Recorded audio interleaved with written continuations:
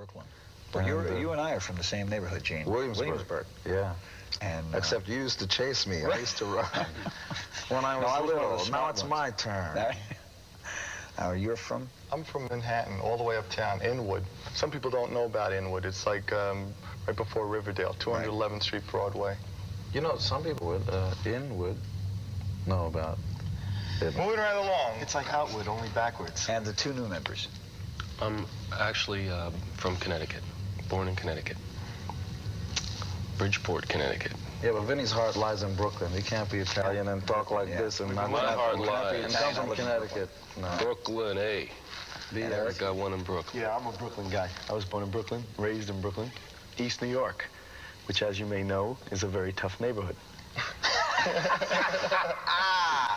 That's why I'm so tough. Backtrack a little bit. Where was the very, very first show that you put on?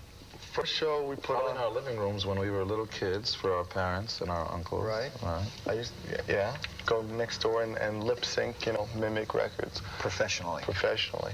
I think a place in Queens called Coventry. It was on Queens Boulevard. We didn't want to get lumped in with all the New York bands, all the glitter bands, so we went looking for our own club. So our first show was for the bartender in a bar. Nobody else showed up.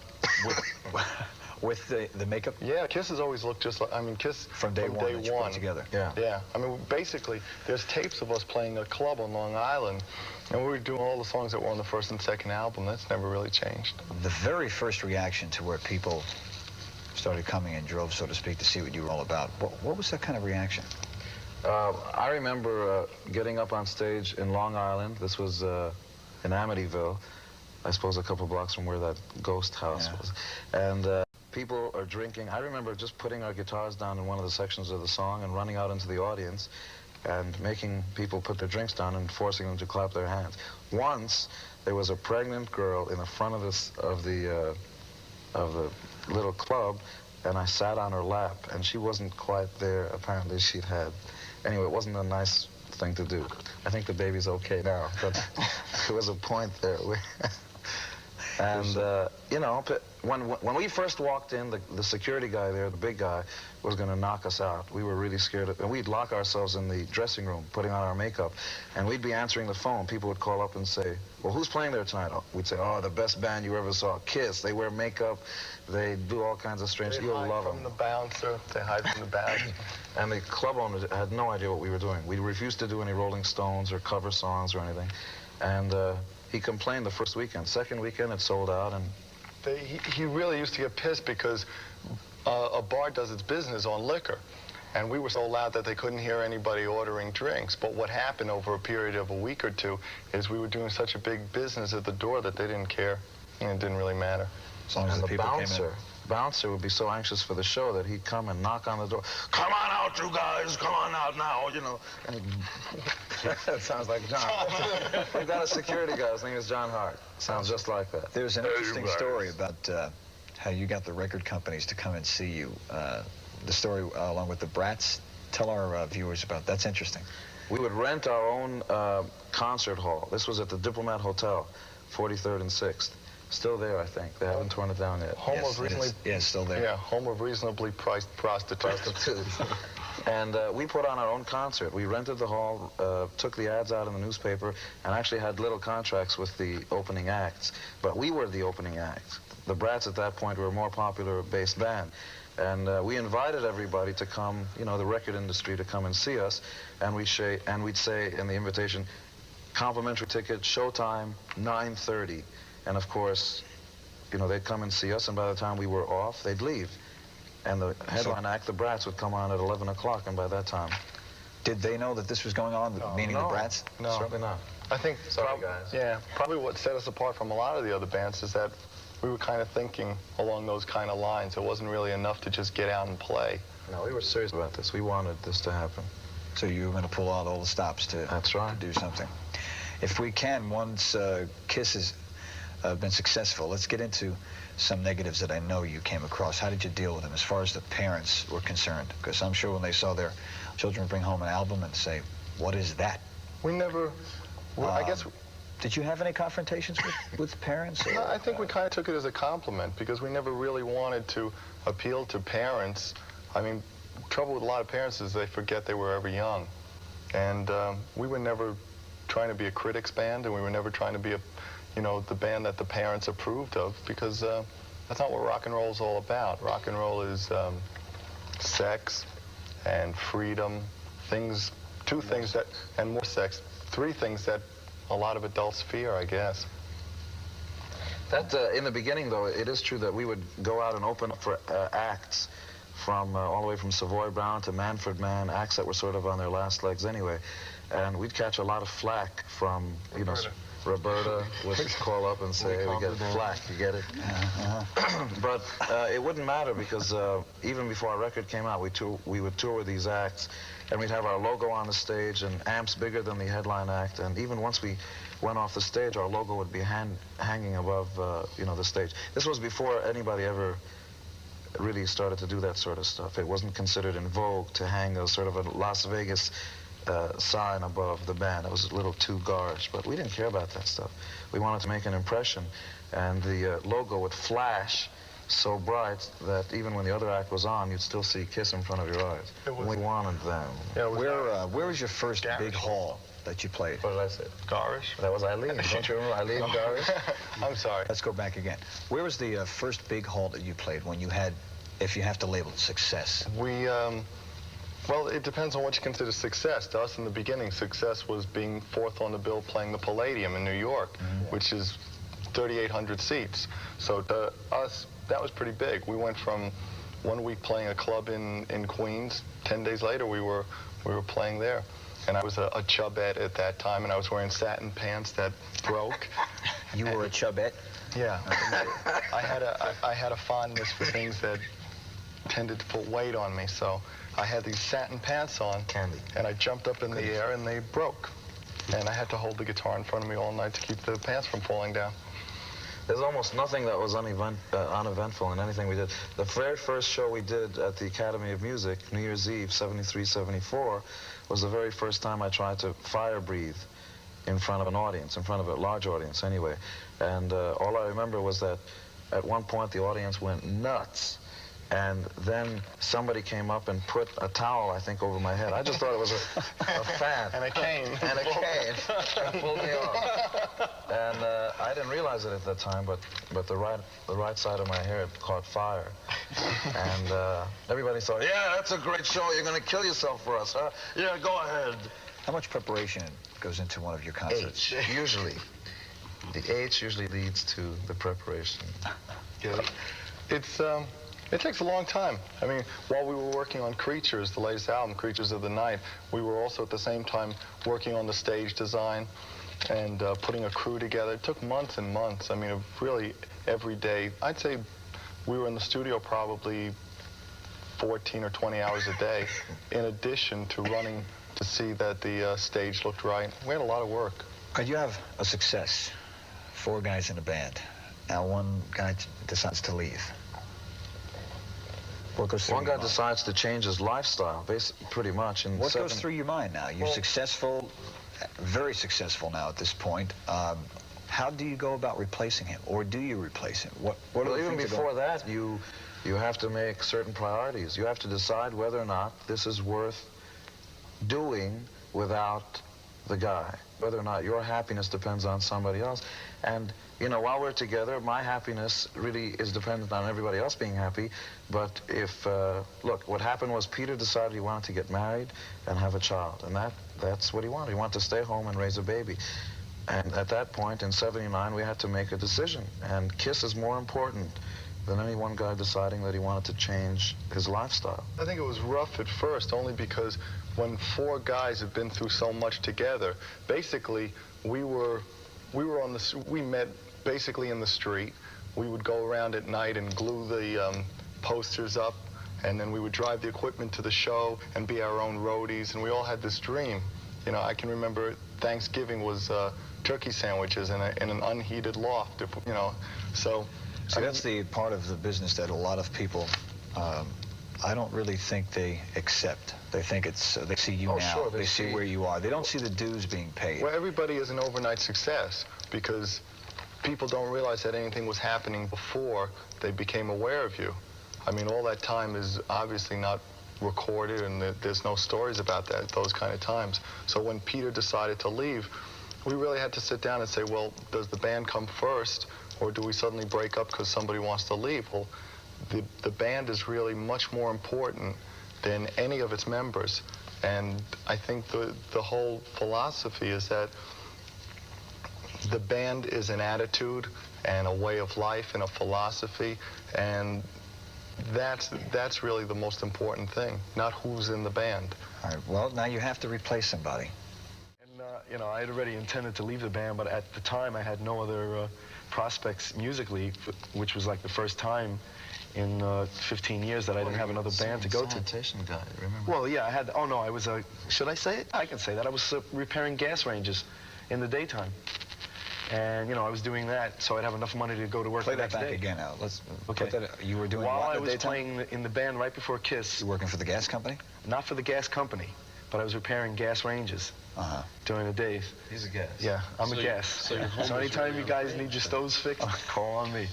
Anyway, but, you know, he said you should audition for Kiss, and at first I thought he was full of it. You know, I didn't believe it, but he said, no, Peter's leaving the band, and they're looking for a drummer. And Peter's stove is broken. Right, Peter's stove is broken. Look, the worst that can happen is that, you know, you don't make the band, but you can fix the stoves. Space Bear. No, Gene, how many right. people auditioned for that?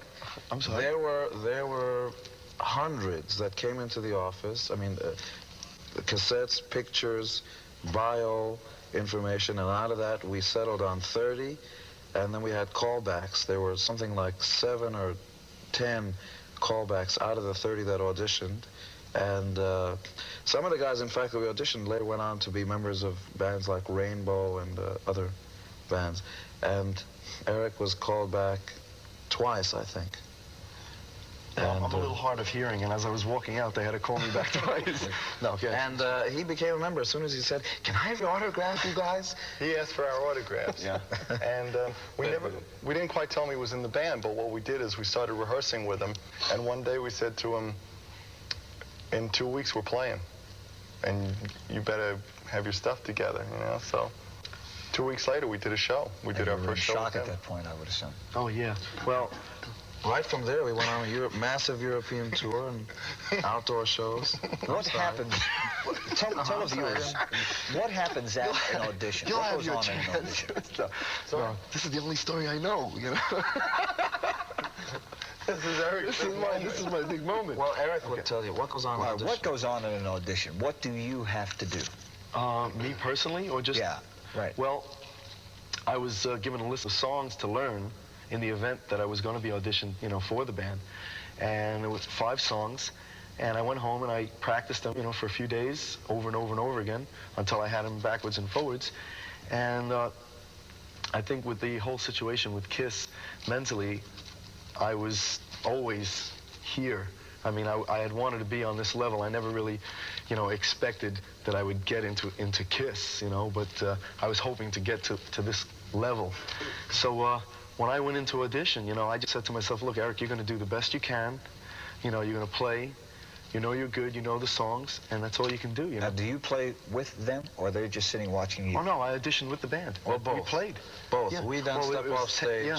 and I mean, do they're this. always watching, you know, anyway. But we just played together as a band, you know.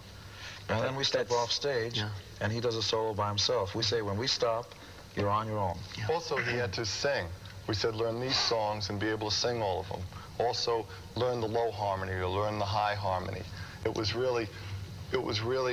tough. I mean, you had to come in and be a member of the band. That's got to be a frightening experience the day of when you're going there. I mean, you've got to be nervous. Yeah, I was very tense, to say the least, you know. I mean, this was like something I never expected to even be called for an audition. But, you know, when it happened, I just had a feeling deep down inside that I was going to get it. And I think that really, We got it. boy, did I get it. Okay. He actually was very good about the audition and everything. We thought he handled himself well until we found a little puddle in the back of the drums. We had one guy who tried out for the band who literally was hyperventilating. You know, he was behind the kid. He was behind the kid. Just give me a minute. Just give me a minute. I'm okay. And you got to figure if this guy is like this now, and it's just the band, you really have to worry because you got to figure that if the guy's really nervous now, what's going to happen when he's got to play for 20,000 people? So that's like a consideration. If the nervousness destroys your ability to play, it's only going to be worse when you play in front of a lot of people. So those kind of people were eliminated. How long does that process take? Well, most of the people were eliminated immediately, and they were told that they were contenders. Okay. Explanation about Ace is Ace really didn't decide to leave at all. Ace happened to have been in a big car accident in April, and how's he doing? He's fine, as you know, as long as he doesn't run around and lead a rock and roll lifestyle. You know, well, Ace and rock and roll are synonymous. Synonymous. And his car was totaled. He doesn't have a Porsche anymore. He's lucky to be alive, and we were all really concerned. And we recorded the album and tried to make sure that Ace was involved as much as he could be while he was recovering, and in fact took a promotional trip to Europe together. Ace went on that ride, and you know, you could tell that the strain was just too much. And then we had to make a decision. Are we going to sit still again and not be Kiss, or are we going to try to sort of wait it out? We decided to go ahead. I think at that point, what we were worried about was not does the band continue, but do we sit around and wait, or do we go out and tour? We hadn't toured in 3 years, and past a certain point, you either call it a day or you start touring. For a band like Kiss, the most important thing is to be there with the public. And with a new album, it was really important that we go out and...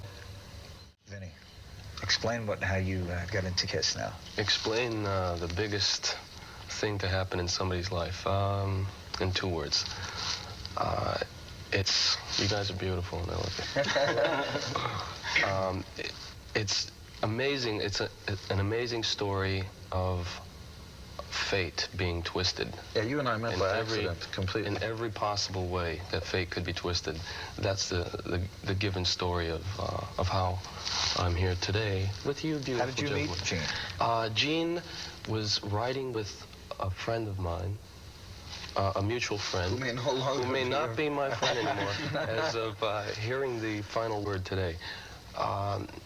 We were both riding with the same guy, and Gene was over there one day, and I happened to come over, and I really wanted to meet Gene, and sort of on the sly, I said, Gene, here's my telephone number, and you know, if you ever get a chance, give me a call. And only today did I find out I have no longer the same friend that he does. Maybe, you don't know. Maybe. No. So he might be annoyed because you sort of went through the back door to get into... It's one of those difficult situations because you really, you don't know if you're ever going to see this person again, and it's sort of that last... It was like Bogart and Ingrid Bergman. That last move, like, here's my phone number, and hopefully nobody else will. But anyway, from there, we just hit it off as friends, and we started writing songs. I didn't want to say that. We started writing songs is what happened. We started writing songs, and we realized we had the same influences, and we liked the same people, and the same groups, same players, same guitarists, and it just, one thing led to another as far as writing, so we started writing more, and let's see, from there, I met Paul. Well, then we were involved in working on the record, and at some point at the end of the record, we realized that Ace wasn't going to be with us, so we then auditioned guitar players from all over America. And Vinnie had played on the record. Yeah. Vinnie co-wrote 3 of the songs on the album and played some of the solos, but we kind of, put Vinnie to the side. So what you went through with Eric now, you had to go through it again with the auditions. Yeah. I think it was worse. Yeah. I think it was much worse. Yeah. We were literally flying in people every day from all around the country, and at the same time working on the album. So what we would do is probably put in about 15 hours a day in the studio, go home, sleep a little, get up in the morning, go audition guitar players, and then go back to work. Almost every guy that walked in through the door was convinced that he was a star, and that's okay, to sort of have that as as a part of your ego makeup, and makeup, as you know, is very important. But these guys would come in with, you know, the biggest attitudes. Okay, you guys ready? Come on, let's go, let's play. You know, all this sort of... See, now, that kind of attitude I can't understand, because you'd think somebody would go in there like a lamb and be scared to death because he's joining KISS, you're not joining him. Some people get the feeling that they're going to meet you on your level, but I mean, that's not the way we are, so it's kind of weird, because if you figure somebody's like that when they're just auditioning, it's kind of like Pandora's box. That's your cue. You know Pandora. It's, you know, I mean, it's like opening a can of worms. If somebody's like that when you're auditioning them, once they're in the band, they're only going to be that much worse. Yeah. You have an attitude about your shows that's good to hear, to pass along to viewers, that you love to give 100%. And never less than that when you're on stage, even in your recording, but especially on stage, because that's, I would think, more grueling going from city to city to city. It's not as grueling as people think. I mean, physically it is, but right before you get up on stage, you know, you hear 20,000 or 50,000 or 10,000, whatever the amount of people, you hear people screaming, you know, yelling, "Kiss, kiss, kiss," or, you know, they call out various members' names. And it gets you up. It's like, I'm sure the same thing goes through a boxer's mind before he gets into the ring. You know, he's trained his butt off, you know, for 3 months, and I'm sure he's exhausted. Every muscle aches, but right before you get in, then you get that surge of adrenaline, and you're ready to go. Plus, to do this. I mean, you figure that these people are seeing you for the first time. In other words, they weren't at the show the night before.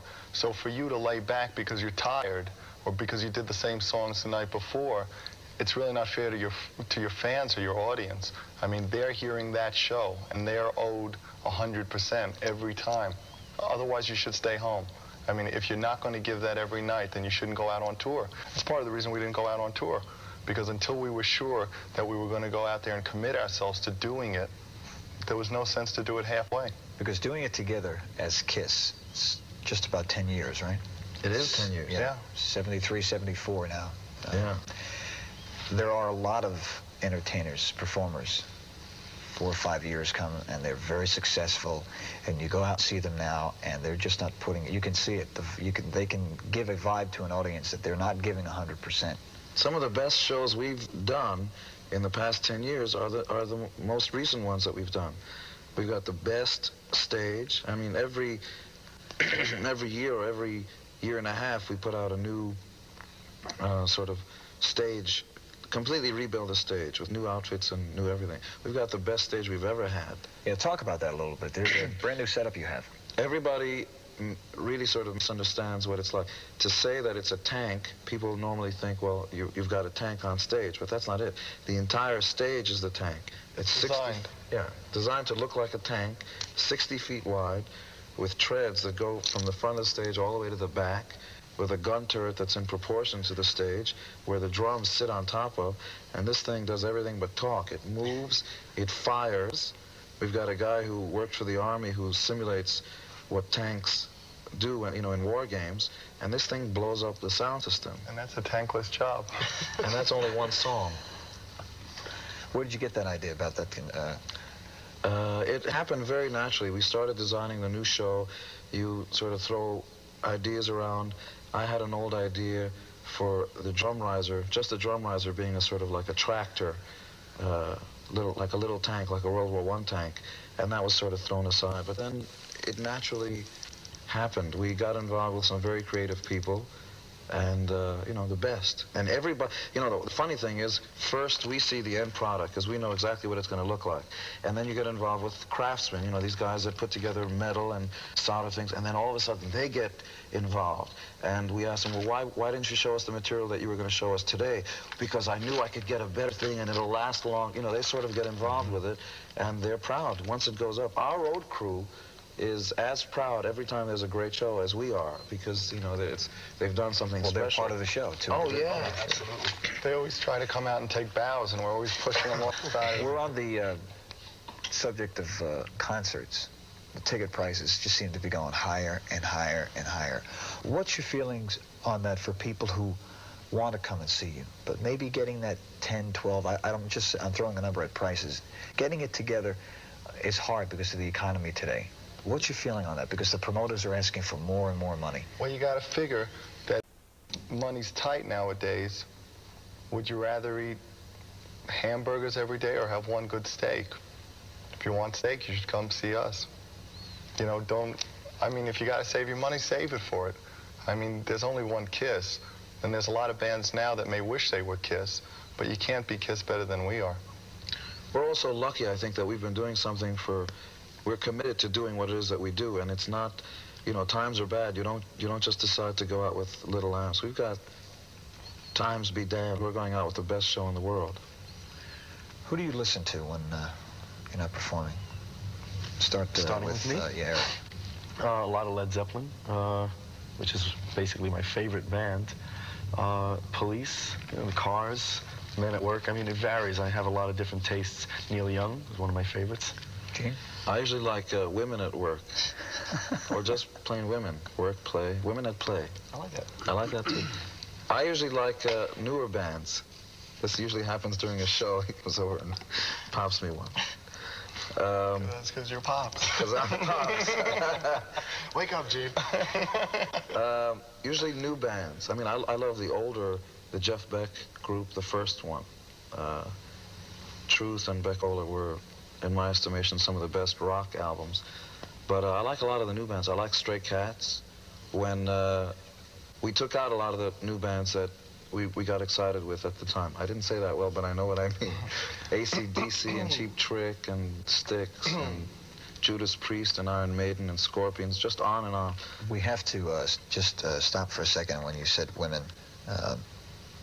As an old Brooklyn buddy, I'll have to ask you now. You were teamed up with Diana Ross for a while? Now it's Eric. What? What kind of lady is Diana? Well, Judas Priest was a very good opening act when they first came out. And, you know, the thing about... I'll tell you what it is about us that... it's really hard doing what it is that we're doing, not in the sense that it's hard to tour and physically do it, but, you know, we try to really make we try to distinguish between being Kiss on stage and putting on the best shows in our estimation and who we are in our private lives. And that goes to also not being photographed. So you're talking about my private life. Mm-hmm. And you have a right to your private life, which I think a lot of people don't want to accept. Well, and that is wrong. I mean, for anybody to dabble in it, but when it comes out in papers and trade papers or newspapers and two people are pitted together, I believe there's a fine line that you should stop at. But when you know that there's a couple together, I think that's just, people will just automatically ask you. I don't mind questions at all, but it's okay if I don't answer because it's my life, and I'll do what I want.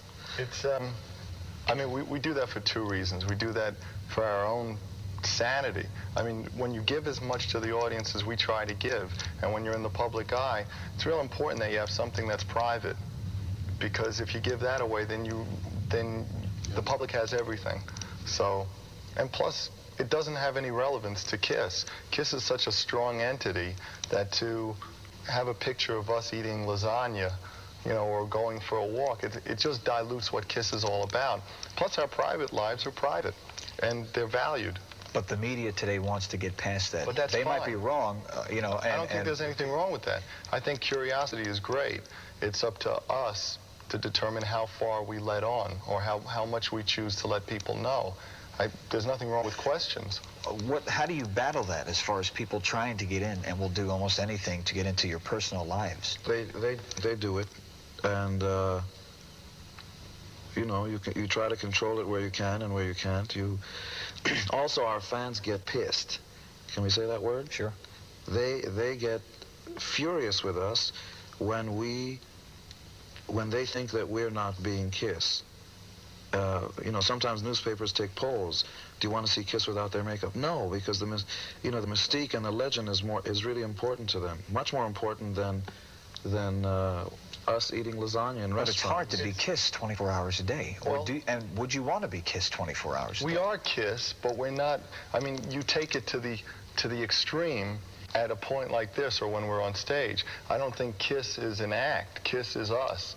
It's something that comes from inside of us. But to do this, I wouldn't want to do this 24 hours a day. And what I do off stage, what I do in my private time, that's what you got. You know, that's what you got shades on the windows for, to pull them down. We'll get back to the original question. I thank you anyway for answering that. Pleasure. I appreciate it. What music do you listen to, Paul? I don't listen to a lot of music.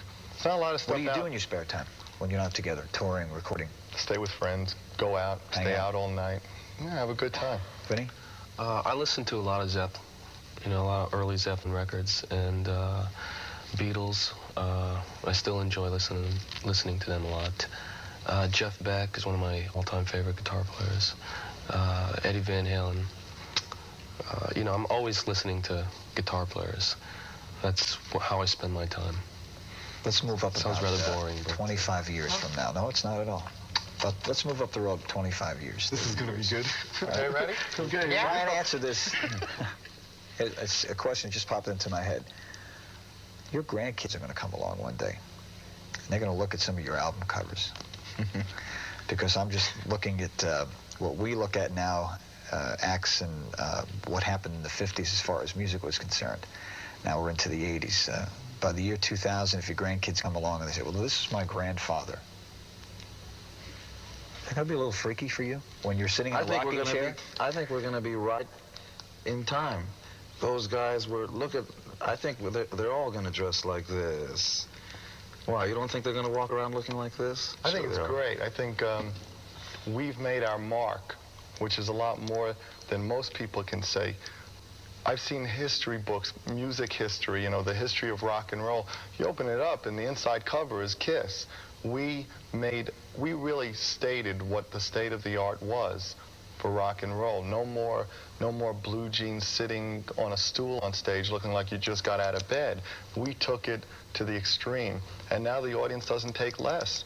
I mean, that's why bands are out now with outfits and with bombs and with signs and with presentation. I'm real proud of what we've done, and I want my grandkids to see pictures of me in tights. How long does it take to prepare for a show with your outfits and makeup? It takes an hour of actually putting everything on. But before then, all afternoon and all day we're talking about the show. We take notes, we write. We draw pictures. We draw pictures, we take notes, have meetings with the light guys, with the sound guys. We walk off stage at the end of the show, and so help me, as we're walking towards the limousines, we're going, well, the lights got to change in this song, or why don't we take this song and switch it with that song? The show is the most important thing we do, and giving the audience 100% is the most important thing also. That's why when we took time off, when we would go to other group shows, their fans come over and say, when are you going out on tour? Because there really is only one KISS. We were talking before in the dressing room about, especially with Gene, with the weight. That outfit, I would assume, gets heavy once in a while. When this is one of the lighter outfits I've had. This is about 40 pounds. The older outfits used to be about 60, and I was barely moving. But you forget it. You forget all that stuff when you're out on stage. Everybody forgets, first of all, that whatever running around we do, whatever jumps in the air, especially Paul does, are being done on 8-inch heels. Here, lift them up for a second. You're running around and doing jumps and splits, not in sneakers, and with additional weight and leather and tight stuff. And, we're proud of that. It's, okay, so you're Pete Townsend, so what? Jump in these. Where is KISS right now musically? I think we're kind of at a real exciting point, because I think it took a little time for us to decide exactly what we wanted to do and who we are. And for a while, we may have been listening to people around us who were telling us what they thought we should be doing, and maybe we were listening a little too carefully instead of listening to what we thought we should be doing.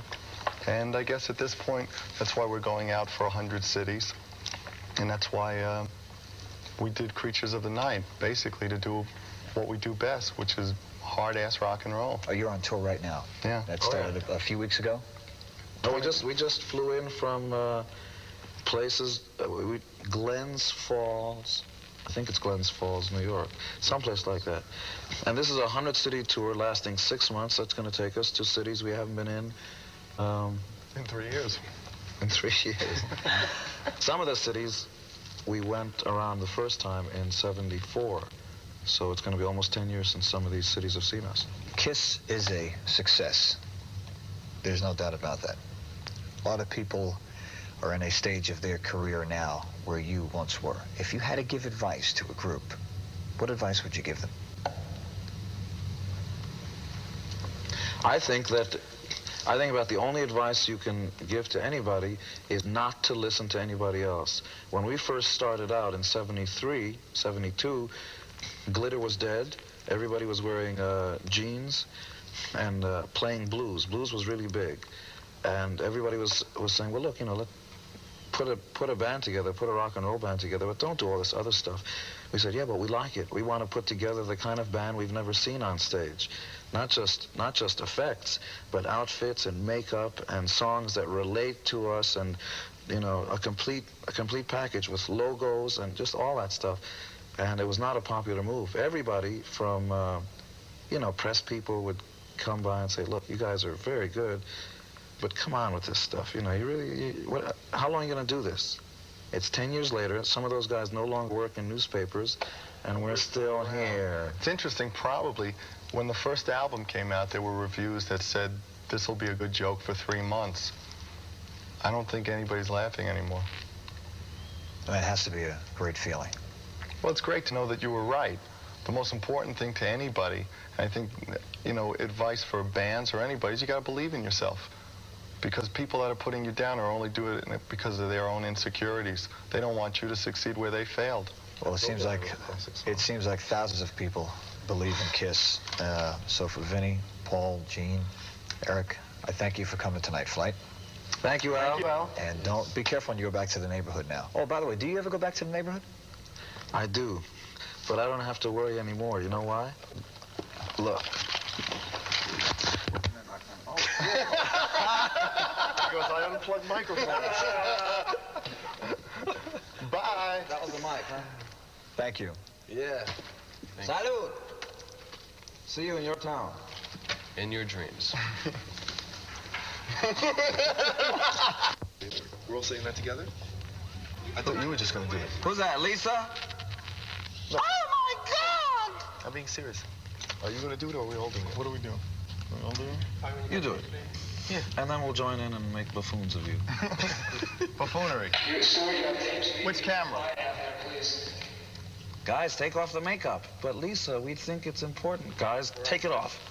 Okay, we're on. Which camera are we on? Right, here we go. Hi, we're KISS. This is my tongue. Available for bar mitzvahs, weddings. Anyway, Creatures of the Night. Night Flight on the USA Cable Network. That's in order. Fablonjet. Flight. Here we go. Hi, we're KISS. That's right. And we fly first class on Night Flight on the USA Cable Network. All right. Way to go. Okay. Hi, we're KISS. And we fly first class on Night Flight on the USA Cable Network. Watch. Hi, we're KISS. And we fly first class on Night Flight on the USA Cable Network. Watch it. Rock on. Or else. 1990? Okay. Watch for us on Radio 1990 on the USA Cable Network. That's right. That was good. It was good. 1, 2. Hi, we're KISS. And 1990 is coming sooner than you think. Watch for us on 1990 on the USA Cable Network. 1, 2, 3. Hi, we're KISS. And 1990 is coming sooner than you think. Watch for us on Radio 1990 on the USA Cable Network. Right? And we're coming to you at least once. That's Eat your right. cereal.